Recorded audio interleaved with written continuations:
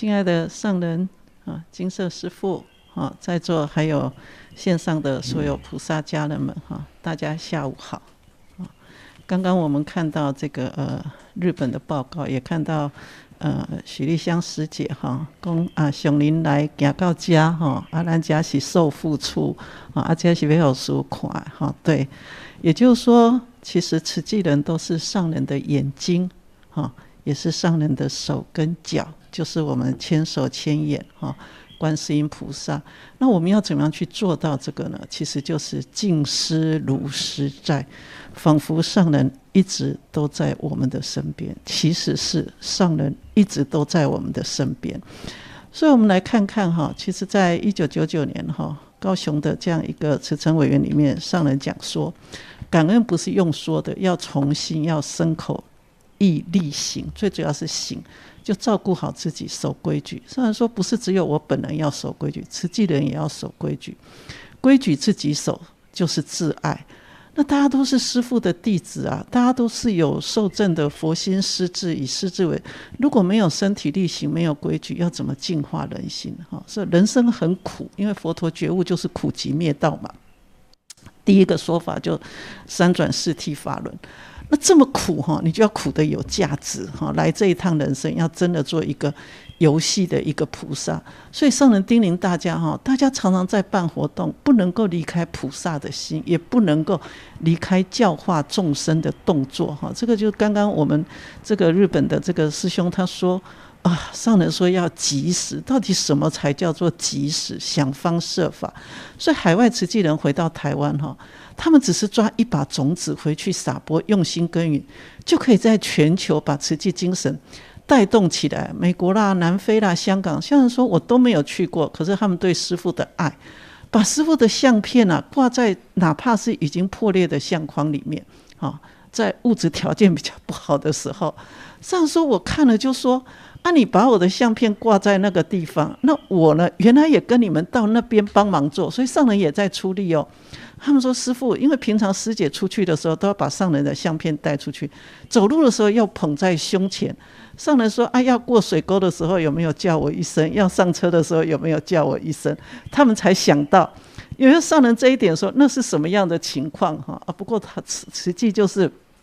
没进没去，就心中只有上人。但上人听到这个样子，他也觉得还是很温馨。大家在开会的时候你就会看到大家上人不在，但是一杯水一条毛巾，敬师如师在。上人说我没有去那里，但是他们准备了我的位置。很多地方都是这样，这就是大家的用心。他们用这种心在那里做慈济，我没有去，但是他们把我带去，真的很感恩。因为这样，所以慈济精神可以是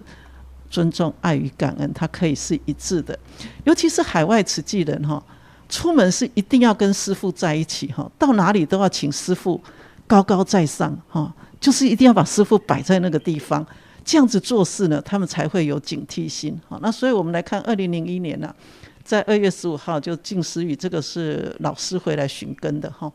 虽然说前天海外慈济人回来，澳洲的啦、美国的，他们的开会方式就是会议桌的最前面会一杯水、一条毛巾、一张椅子，然后还会有花，非常的整齐。可是那个椅子没有人坐。那上人问老师啊，你们想象为什么吗？那就是我的座位那上人说我又从来没有去过，为什么要放水啊、毛巾、椅子布置的那么整齐呢？我们的慈济人跟上人讲，有啊，师父，我们这么一摆，大家就会很静。那这样一放，大家就觉得师父坐在那里，就会不管是开始或者结束，就要向这个座位一鞠躬，当然还要核实问讯。这个就是敬师如师在。尤其是到国外赈灾哪怕是在多明尼加、瓜地马拉这种中南美洲，队伍中一定有一个人我们看到这个箭头，一定有一个人是捧着上人的法像那有一次要发放的时候，他们找不到地方放上人的法像，又要放在高一点的地方，所以他们就把上人挂在树上。照片拿回来了，上人说为什么就是把那个他们的过程拿回来。上人说树上为什么挂我的照？他说因为我们出门一定要跟师父在一起，到哪里都要请师父在上，这样做事就会有警惕心。那刚刚也讲到这个约旦陈秋华居士，他是非常虔诚的文法。他发挥佛教的精神。我们都知道他是国王的侍卫长，可是上人说陈秋华居士是上人心灵的侍卫长。所以2004年6月22号志工转，上人说约旦是伊斯兰教的国家，那么大的土地到底有几个慈济人？开头就是台湾派去的有一位外交的一个代表的夫人，那后来呢就是林慧珍师姐，她回到台湾做检查，发现她有癌症，所以她就把这个责任呢就传给了陈秋华居士。那他是国王的侍卫，是跆拳道的老师啊，他是在4年前皈这个一承担，他就发愿就是要做师父的好弟子，他发挥非常非常大的一个功能。在伊斯兰教国家要发挥佛教的精神不简单，可是他很挚爱这里，就是大爱台开播以后我们从以前的那种大大的那个碟子开始，天天都可以看到24小时的转播。那秋华居士每天早晨净思成语还有人间菩提，他一定要看，而且都没有任何人在，但是他是虔诚跪着何时听，有师父画面的时候净思如师在，这种虔诚的尊敬多年来如一日，其实这也就是修行，这个就是收心。那除了精神上的精进以外，就是身体力行去带动，要救济难民。亲王的公主也穿起蓝天白云，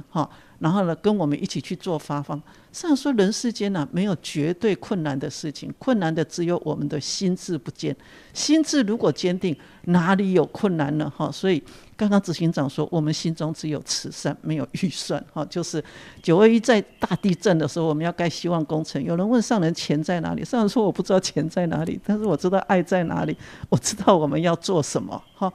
所以秋华居士在约旦，他是国王身边的侍卫长，很贴心，但是他是师父心灵的侍卫长，是真正的护法金刚，是很令人疼爱的一个弟子。那我们再看到马来西亚分会有一个响师馆在槟城，这样的一个响师馆，上人的照片，上人的书桌里面全部都是跟上人有关的这样的一个物件。那2013年的志工，上人说看到远途的马来西亚弟子们那么贴心，我从来没有去过，可是他们净思如师在。大爱台的记者去采访看到你进了那个响师馆，我也有进去过，你大概就可以看到跟上人面前一样高低的一张桌子，然后这个桌子的后面呢就是一台电视，所以呢他们听成语或者听人间菩提就每天播出来，就好像上人在跟他们讲话，整个氛围这样的一个感受。那这个纪念馆就这个响师馆，他也有一件衣服，那这个就是纪航师兄他就回来，他很会磨也很会缠，他就一直跟上人要上人穿过的衣服穿过的鞋子，给他新的都不要，就是要旧的。上人也不知道他们要做什么，这个就在那边展示了。上人说看到那一片赤子之心，就说好了好了，穿过的给他一件，他就说也要鞋子。上人说鞋子我在穿上人正在穿的鞋子总不能脱下来给你，还有碗盘这样子。他说我就是要穿过的，不要新的要旧的，还会把碗筷一模一样的买回来，然后把上人用的偷偷的换过去，杯子也是这样子偷偷换走的，就是这样的一份那么的想念师父。每一个人来到金色，然后就拿2颗响狮豆回去，深深的思想念时静思如是。然后他们把上人的衣服带回去的时候，捧回去的时候，他们在传着衣服的时候是跪着传的，阶梯的每一层一个阶梯一个人这样子的一直传到楼上去。上人说我就想到了我那一天是不是也是这样传的，就传法也是这样的虔诚。上人觉得很愧对马来西亚，上人说我都没有去过，可是到现在还是这样的殷勤精进那我们也看到辛巴威很穷困的地方他们的志工的见习课程，大地就是他们的拜殿，就是他们的教室，阳光当空就是最明亮的灯光所以2013年的净思成语那我们讲了，这最重要当然就朱金才居士。上人说慈济的种子他很精进每天都自我警惕，一个人面对着电视，跟秋华师兄一样，早课的时间一个人做课诵，然后虔诚的绕佛绕法，每一天礼拜3宝，净思如师在光是那张相片在那个地方，他每天出去做了什么以后回来，新的都要跟上人跟师父来做这样的一个分享。出门也要告诉师父我今天要去哪里哪里，要去做什么样的事情。一个人带起那样的国家，在那么贫穷困难的众生，带起了几百位的志工，那带志工当然就要见习啊，就要培训哈。最大的空间哪有空间？就是天盖之下，地载之上，土地也凹凸不平，沙土细石大石头通通都有，但是他们席地而坐也不是像我们这里地板铺的平平，还有拜垫这个大地就是他们的教室，太阳就是他们最明亮的灯光那我们也来看到2016年的3月净世成语上说非洲黑珍珠跟我们的语言不同，他们的法比任何人都入心，甚至是实现四弘誓愿，广度众生。以他们的经济来说，真的是这么困难。然后因为他们先天体型的状况，让他们身体活动的方式也是困难很多。他们的交通路线都很远很长，要爬大山或者要走很远的路，他们就这样走。但是他们法入心而且法是随身走不论走到哪一个地方，每天早上就是准时起来听法哪怕是在外地起来了，然后整理干净整齐，时间到，大爱台的画面出来，他们就敬师如师在，还是很恭敬的合掌问讯规矩全都照常那我们也来看到说我们自己台湾的环保志工也是很贴心他们拔萝卜要让上人开道，那时候只能连线嘛，对不对？但是他萝卜会先送回来，表示是同步不会只是用讲的。所以2020年我们看到北区岁末祝舞，上人说我在金色视讯连线这个就是疫情的时候了，那个时候是云端的一个环保那所有的环保菩萨把师父的魂魄给带回去了所以大家就师父我们要爬楼梯了，我们要去2楼看师父我们现在要做什么，一间一间的带着，一层一层的喊着上人来，让师父每一个空间去他们的环保站全部看到，大家敬师如师在欢迎上人回来我们大家爱你，那样的敬重师父，真的好像就是师父到达了，其实就是在云端还有好几个地方然后上人也到这个桃园，他们是去菜市场去把那个芭乐袋还有芭乐的套子收回来一个一个的洗，还要一个一个的晒，他们还铺成了一个那个芭乐路就是这样子把它铺起来，然后要让上人去走，就说这里要很小心塑胶袋会滑，你慢慢的走，不断的叮咛，不断的交代，要走过这样的一个塑胶袋，让上人每一个角落都看到。那么还有呢，就是那个志工他们呢还把上人带到菜园去，就是上人我们要去拔萝卜还跟上人说菜园的萝卜很漂亮拔起来给上人看，那个萝卜很漂亮。可是各位知道他们已经事先托人把萝卜送回来放在金色，所以上人也拿起桌上的萝卜跟他们说你们再把师父在这里已经拿到，这个弟子真的好贴心要让我看到他们就会送回来让我摸到。所以这么一大群贴心的弟子到底是怎么来的？过去有缘来那现在的因呢就要再播种，连续在未来才会生生不息。2021年在跟北区慈景会座谈，上人说师父是为佛教为众生来人间，我自认为天降大任，肩上应该要担起责任，但是一个人哪有办法，要大家挑起社会的责任，所以期待大家要全心全愿力赶快来投入。上人很担心的是什么？自己年纪大了，有朝一日如果忽然无法与大家说话，大家心中是不是常有师父呼唤的声音？有没有听到上人在呼唤我？上人说如果要等到以后再来听心中师父的呼唤，不如现在师父的呼唤，你就赶快听入心去，把师父的慧命传在我们的生命中。过去有缘，现在有因，要赶快播，连续在未来就能够生生不息。所以上人说一直觉得自己就像一只小蚂蚁，对须弥山一点用处都没有，但是如果大家同心愿，哪怕小蚂蚁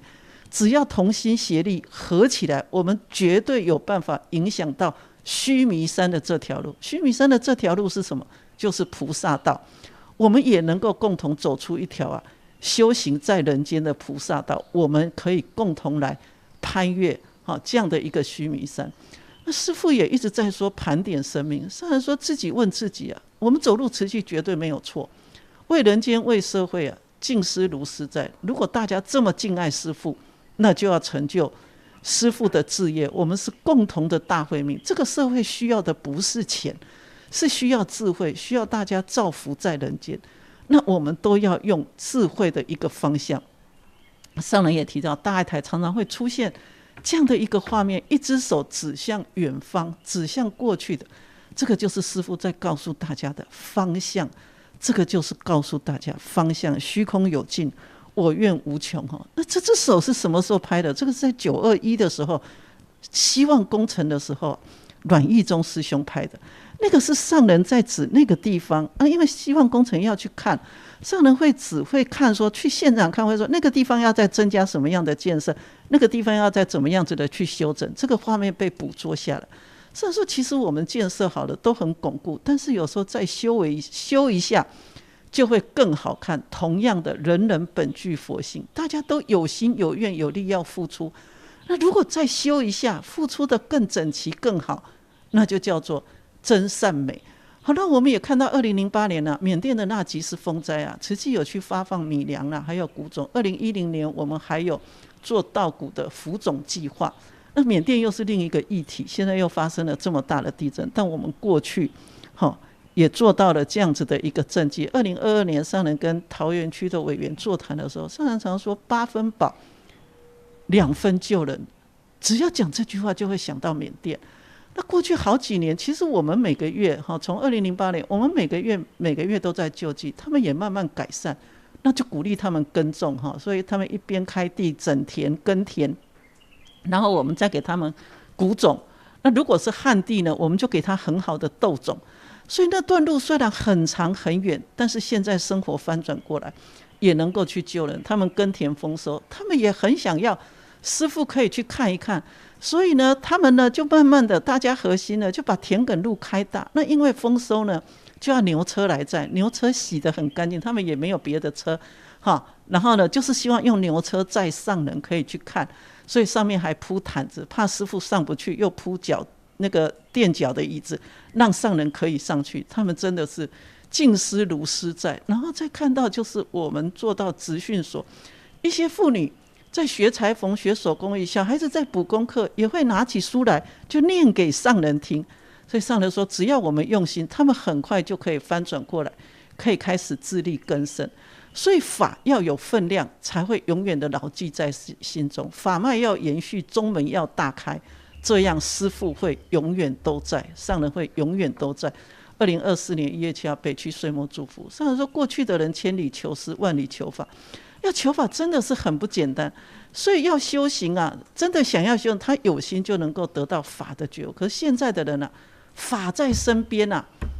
太科技这么方便，所以心里面就会起一个念头啊，现在没听没关系，等一下按一下手机就会说给我听了。上人说这样就变成手机说法给你听，不是我要听师父的法，就是不是你要听师父的法，是修蛋的我手机要给起了去，是手机在说法。虽然时间迟了，我用手机来补一下那如果只是这样的心态，那就是很不敬。但是如果再加上感恩感恩手机，感恩上人说法。上人说如果你有多一个感恩心，这样的法就会有分量。如果没有感恩心，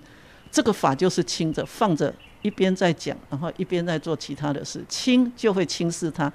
永远无法牢记在心中。灵山只在汝心头，因为你尊敬敬师如师在，敬佛如佛在，敬菩萨菩萨与我同伴，时时有敬爱尊重，周围都是菩萨，会来成就你的道心。上人说师父说的很抽离，就上人的气很用心很用力的说。其实呢上人已经讲法这么多年了，这个就是把在你心中的法再呼唤出来。时间不断的过去，那就时时不断的在接法闻法，最重要就是要身体力行，用来度化人间。所以说弘法利生不只是师父弘法，是人人都可以弘法。那2024年1月8，这是上人已经在岁末祝福的时候，就去年的